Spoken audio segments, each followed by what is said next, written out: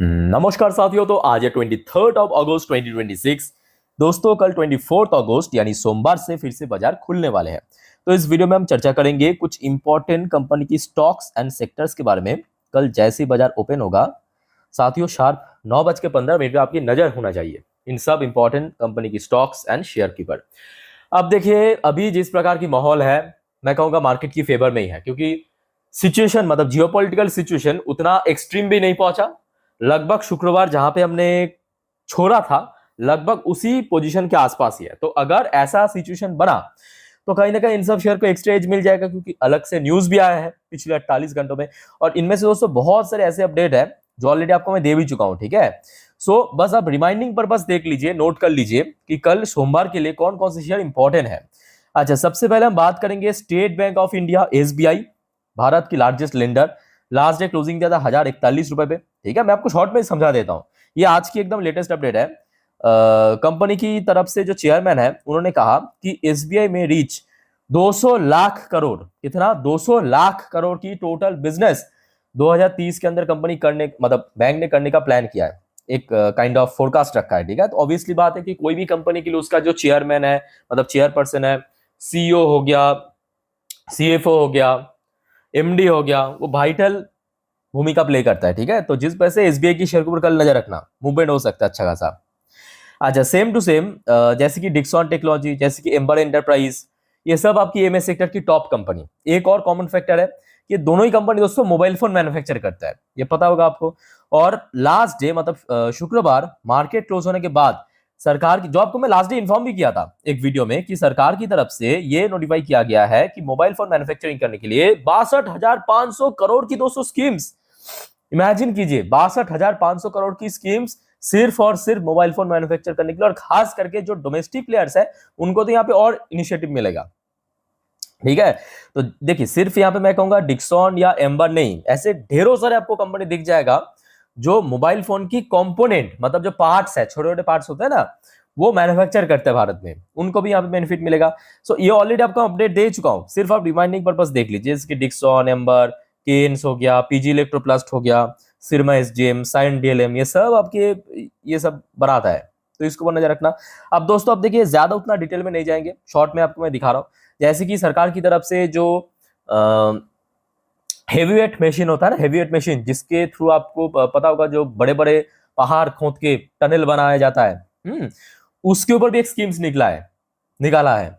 और जिस वजह से इसी से रिलेटेड जितने भी कंपनी है, मतलब जो इस टाइप की जो हेवीवेट मशीन्स बनाते हैं, जैसे कि एमको एलिकन हो गया, आपके भेल हो गया, ठीक है। तो इसको ऊपर भी नजर रखना। दोनों ही अच्छी कंपनी है। बेल तो फिलहाल लाइफ टाइम हाई पे ही चल रहा है, और एम को एलिकन पिछले एक महीने से बहुत अच्छा रिकवर भी कर चुका है, ठीक है। तो इन दोनों के ऊपर नजर रखना। फिर आ जाइए आपके हिंदुस्तान एरोनॉटिक्स लिमिटेड यानी एचएल के ऊपर ऑलरेडी आपको मैं न्यूज दे चुका हूँ, ठीक है। तो एचएल के ऊपर भी नजर रखना। बस आप नोट कर लीजिए, ज्यादा हम डिटेल में नहीं जाएंगे, ऑलरेडी आपको मैं पिछले 48 घंटों में दे चुका हूँ। अच्छा, एक कंपनी होगा दोस्तों आपका सेगेल इंडिया लिमिटेड, इसके ऊपर भी आई थिंक आपको अपडेट दे चुका हूँ, इसके ऊपर भी अपडेट दे चुका हूँ आपको।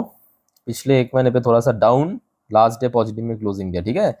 अच्छा, जेबीएम ऑटो, रिसेंटली दोस्तों रेटिंग टारगेट अपग्रेड हुआ है जेबीएम ऑटो की ब्रोकरेज द्वारा।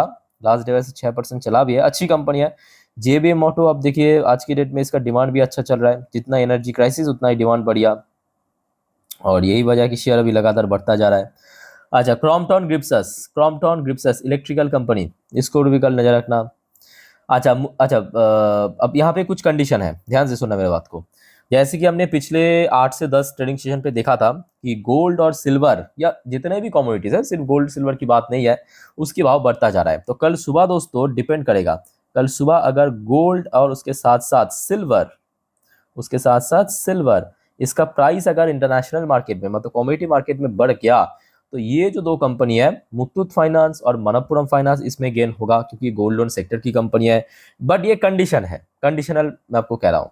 इसके साथ साथ ये भी कंडीशन है कि हिंदुस्तान जिंक, अगर सिल्वर की प्राइस बढ़ गया, सुबह सुबह आपने देखा, तो हिंदुस्तान जिंक की शेयर भी मूवमेंट करेगा। और यही फैक्ट है, अगर आप देखेंगे पिछले कुछ टाइम से शेयर में बहुत अच्छा मूवमेंट हमें देखने को मिला था, और कभी भी हिंदुस्तान जिंक में 600 ब्रेकआउट हो सकता है। ओके। अच्छा, नेक्स्ट दोस्तों Tata motor passenger vehicles, already आपको मैं लास्ट डे इन्फॉर्म कर चुका हूं। टाटा मोटर पैसेंजर्स ने 1 सितंबर से अपनी जो कार की प्राइस है वो बढ़ाने जा रहा है। मतलब वो डिपेंड करेगा, अलग अलग प्रोडक्ट के ऊपर अलग अलग प्राइसिंग इंक्रीज होगा, बट इंक्रीज होगा तो कंपनी की मार्जिन बढ़ेगा। ठीक है, तो टाटा मोटर पैसेंजर को पूरी नजर रखना।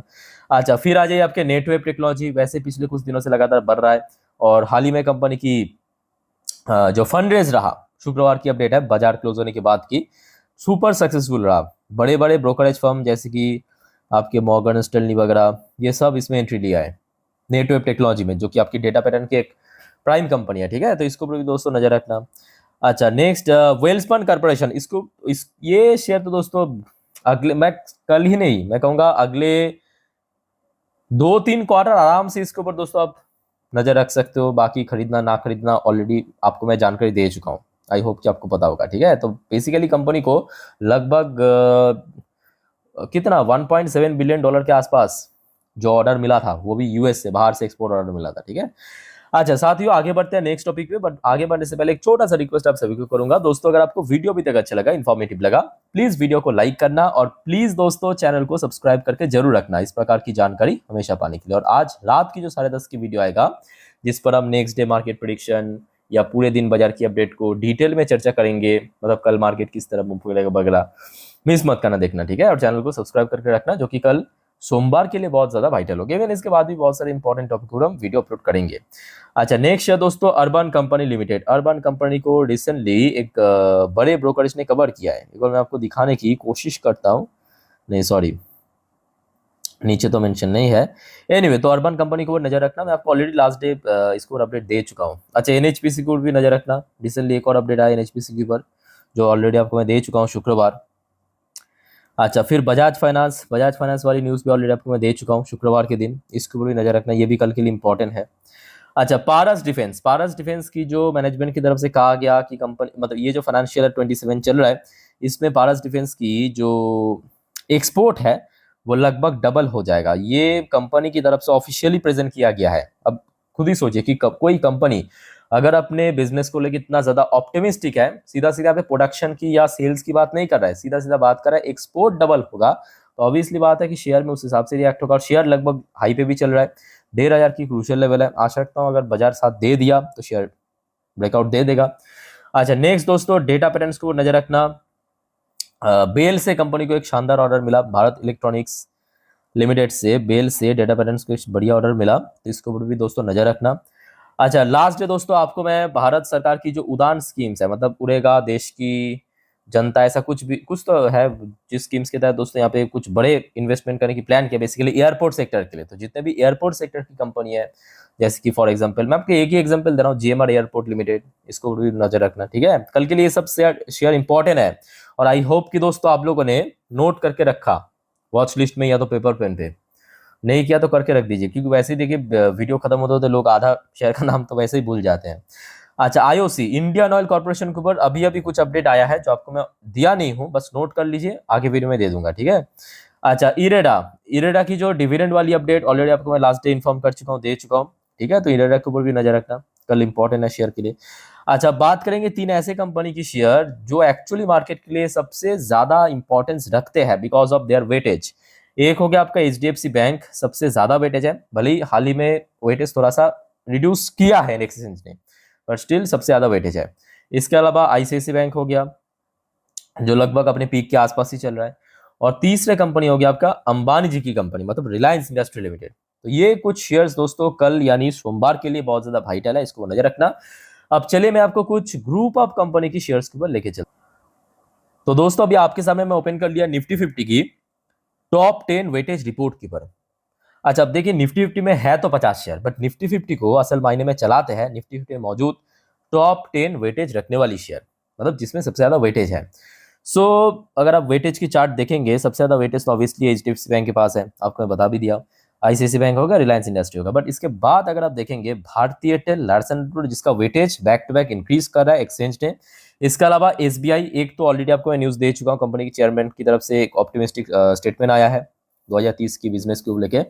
सो स्टेट बैंक ऑफ इंडिया की भी वेटेज लगातार बढ़ रहा है। इन्फोसिस की वेटेज थोड़ा रिड्यूस जरूर हुआ, बट अभी भी टॉप 10 में ही है। एक्सिस बैंक, बजाज फाइनेंस की वेटेज इंक्रीज हो रहा है। महिंद्रा एंड महिंद्रा, मतलब आपकी ऑटो सेक्टर की कंपनी महिंद्रा, इसका भी वेटेज काफी बढ़ चुका है। तो ये दोस्तों हो गया आपका टॉप 10 वेटेज रखने वाली शेयर, जिसमें आपको लगभग लगभग कैलकुलेट करेंगे तो लगभग 50-55% की वेटेज दिख जाएगा।